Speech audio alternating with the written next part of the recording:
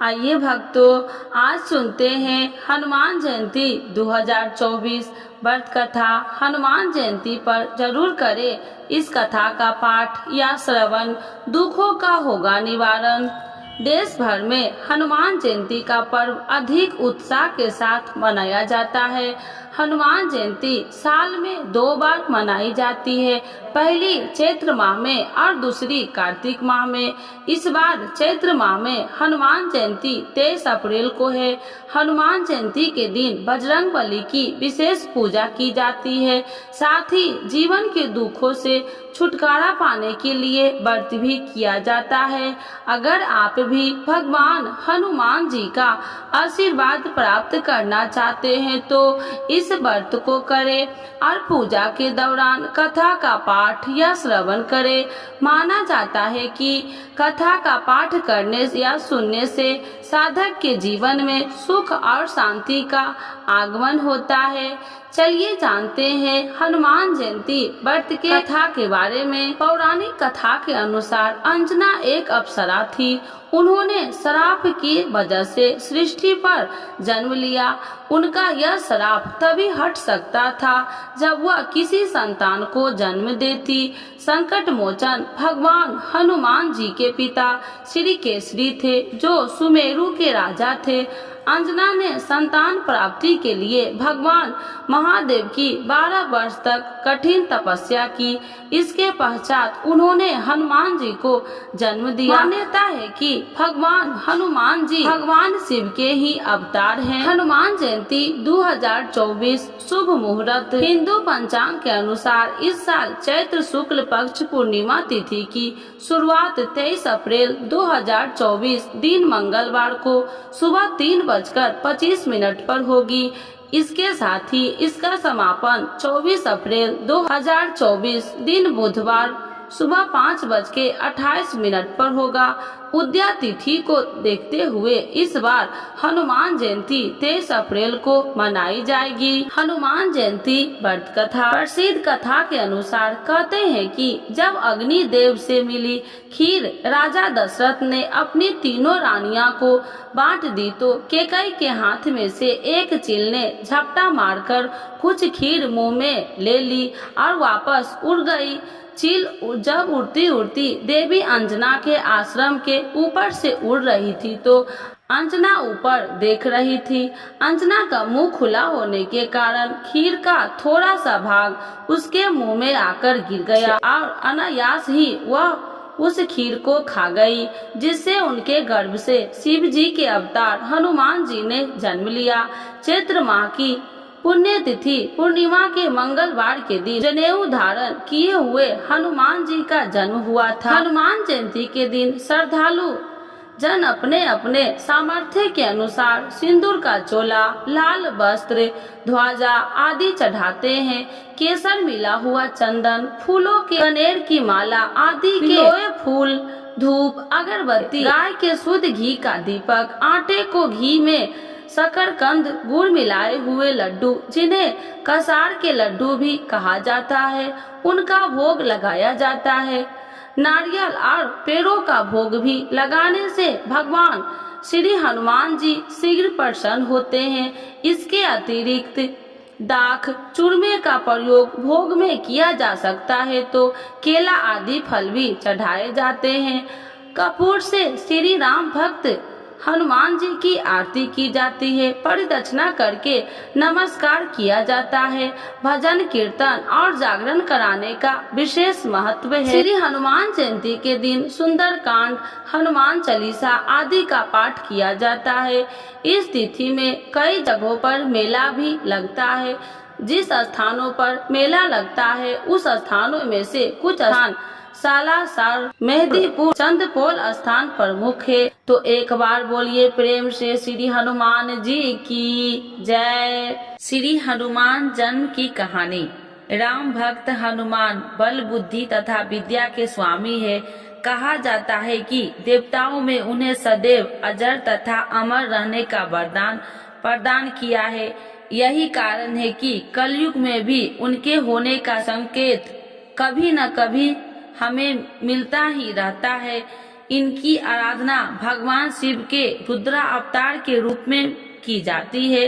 पौराणिक कथा के अनुसार राजा दशरथ के जब कोई संतान नहीं हुई तब उनके कुल गुरु महर्षि वशिष्ठ ने पुत्र यज्ञ के आयोजन का परामर्श दिया। दूर दूर से इस यज्ञ में भाग लेने के लिए एक से एक विद्वान महात्मा आए तथा यज्ञ को सफलता पूर्वक पूरा किया। यज्ञ की समाप्ति के बाद उसी कुंड में अग्नि से देव अपने हाथ में प्रसाद रूपी खीर को लेकर प्रकट हुए और प्रसाद को राजा की तीनों रानियां रानी कौशल्या, सुमित्रा तथा केकई को बांट दिया। तथा रानी केकई ने तो अपना अपना भाग खा लिया, किंतु जैसे ही सुमित्रा ने अपने हिस्से का प्रसाद उठाया तभी अचानक आकाश से गरुड़ पक्षी आया और उस प्रसाद को अपनी चोंच में दबाकर पुनः आकाश की ओर उड़ गया। ठीक उसी समय एक पर्वतीय स्थान पर महारानी अंजना पुत्र प्राप्ति हेतु तपस्या कर रही थी। वह प्रसाद गरुड़ से छूटकर उनकी गोद में आ गिरा। अंजना को लगा कि यह उनकी तपस्या का फल है। उन्होंने उस प्रसाद को ईश्वर का आशीर्वाद समझकर उसे खा लिया, जिससे उन्हें हनुमान जी पुत्र रूप में प्राप्त हुए। उधर सुमित्रा को निराश देखकर रानी कौशल्या तथा केकई ने रानी सुमित्रा को अपने प्रसाद में से थोड़ा थोड़ा भाग दिया। इसी कारण रानी सुमित्रा को दो जुड़वा संतान के रूप में लक्ष्मण तथा शत्रुघ्न पैदा हुए।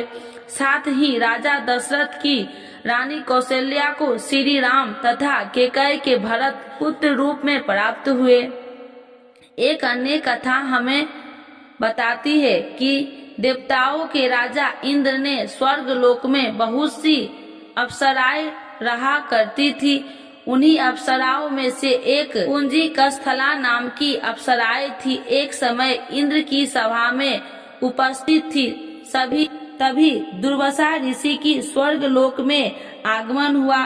देवराज इंद्र तथा ऋषि दुर्वासा के बीच बात चल रही थी कि अप्सरा कुंजी कस्थला अपने चंचल स्वभाव के कारण एक स्थान पर न रहकर इधर उधर आ जा रही थी।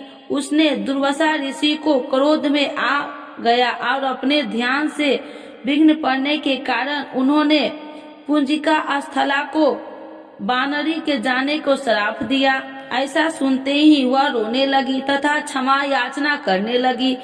तब राजा इंद्र तथा अन्य देवताओं की प्रार्थना करने पर ऋषि दुर्वासा का क्रोध शांत हुआ और उन्होंने कहा कि दिया हुआ श्राप तो वापस नहीं लिया जा सकता, लेकिन मैं तुम्हें आशीर्वाद देता हूँ कि तुम्हारे जन्म पृथ्वी लोक पर वानर श्रेष्ठ राजा विराट यहाँ होगा।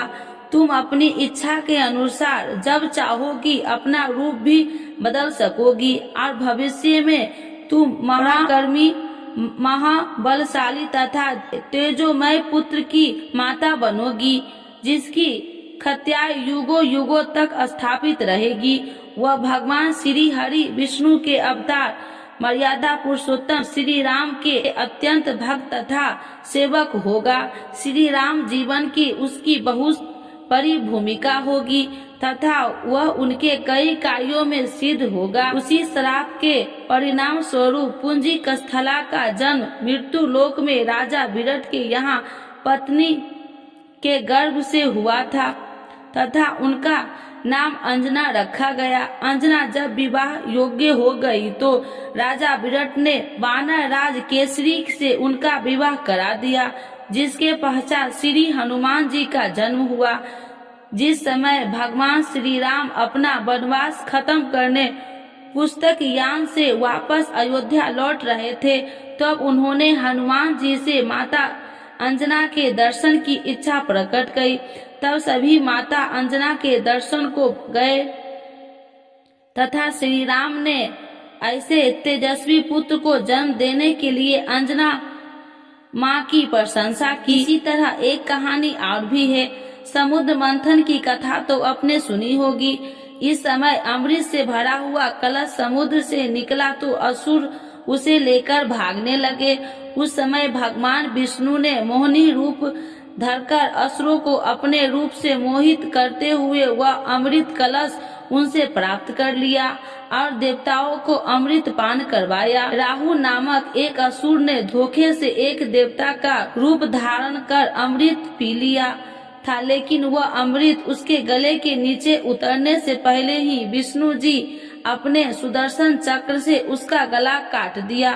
तो वे राहु केवल धर अमर हो गया।